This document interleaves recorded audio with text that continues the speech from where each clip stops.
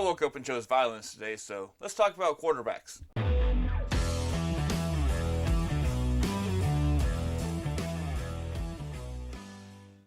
couple weeks back on the Unsportsmanlike show on ESPN Morning, hosted by Chris Canty, Evan Cohen, and Michelle Smallman, Evan made a take that I disagreed with.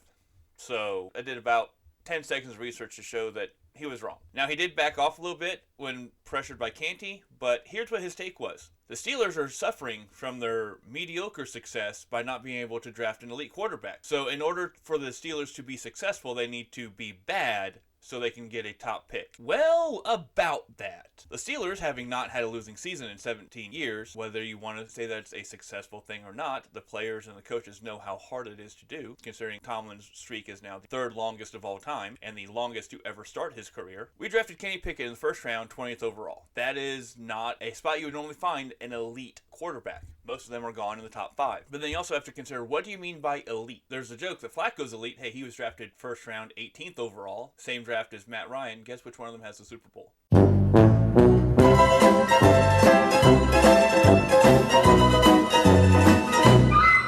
Currently in the league, with multiple Pro Bowls between all of them, including a couple MVPs, we have Lamar Jackson, 32nd overall. Dak Prescott, 4th round, 135th overall. Russell Wilson, 3rd round, 75th overall. Kirk Cousins, 4th round, 102nd overall. Again, Joe Flacco, 18th.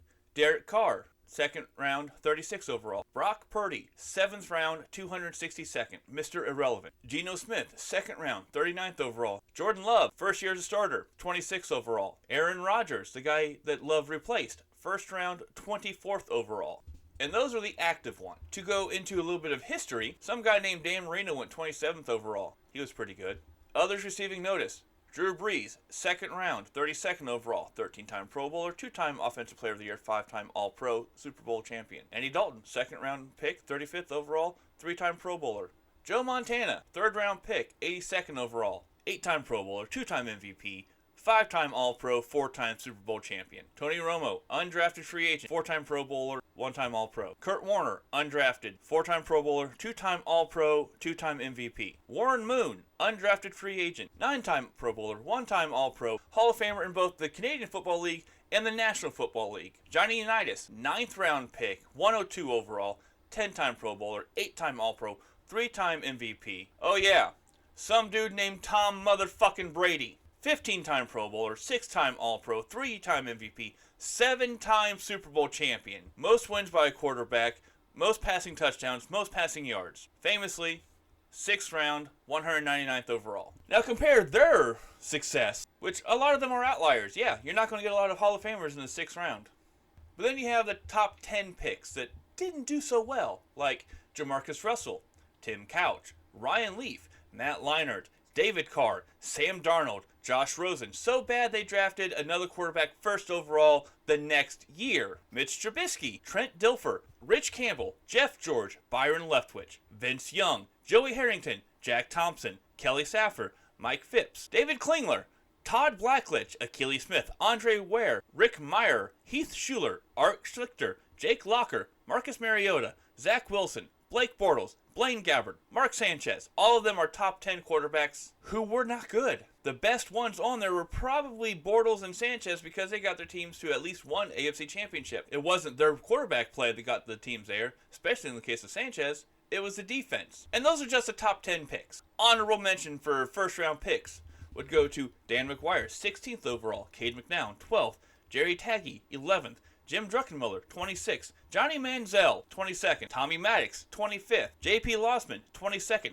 Kyle Bowler, 19th. Tony Eason, 16th. Brady Quinn, 22nd. Patrick Ramsey, 32nd. Tim Tebow, 25th. Rex Grossman, 22nd. Jason Campbell, 25th. Brandon Weeden, 22nd. Josh Freeman, 17th overall pick. It doesn't matter where you draft, it's who you draft. If you go back to the 1989 NFL Draft, 4 of the top 5 are Hall of Famers. The second pick by the Green Bay Packers of Tony Mandarich is considered one of the biggest busts of all times. I mean, he was only picked behind Troy Aikman, Hall of Famer. Picked in front of Barry Sanders, Derek Thomas, Deion Sanders, and Steve Atwater. So picking second overall, they didn't do their due diligence. He ended up having like an 8-year career, but he was not worthy of the second overall pick. You're just as likely to pick a bust in any particular spot as you are to pick a good player. Now, that's not to say that Kenny Pickett is going to be a Hall of Famer. It is very difficult to be in the Hall of Fame, especially considering he's following up a future Hall of Fame quarterback. Having drafted Heath Miller in the 30s, having drafted TJ Watt, who should be getting his second Defensive Player of the Year in the next week in the 30s, I'd like to think that the Steelers know how to draft. Their history since 1969 shows that they know how. So no, you don't have to draft in the top 5 to get an elite quarterback. You just have to draft the right people and then have the proper staff around them to make them successful. We don't need Hall of Fame quarterback play. It would be great. Now we're going to see what Arthur Smith does with the development of Kenny Pickett. Or with bringing back Mason Rudolph. I don't know. We'll see what happens after the league year ends in March. Super Bowl's coming up next week. I'll make a prediction later. But yeah, you don't have to draft top 5 to get an elite quarterback. You just have to know what the hell you're doing.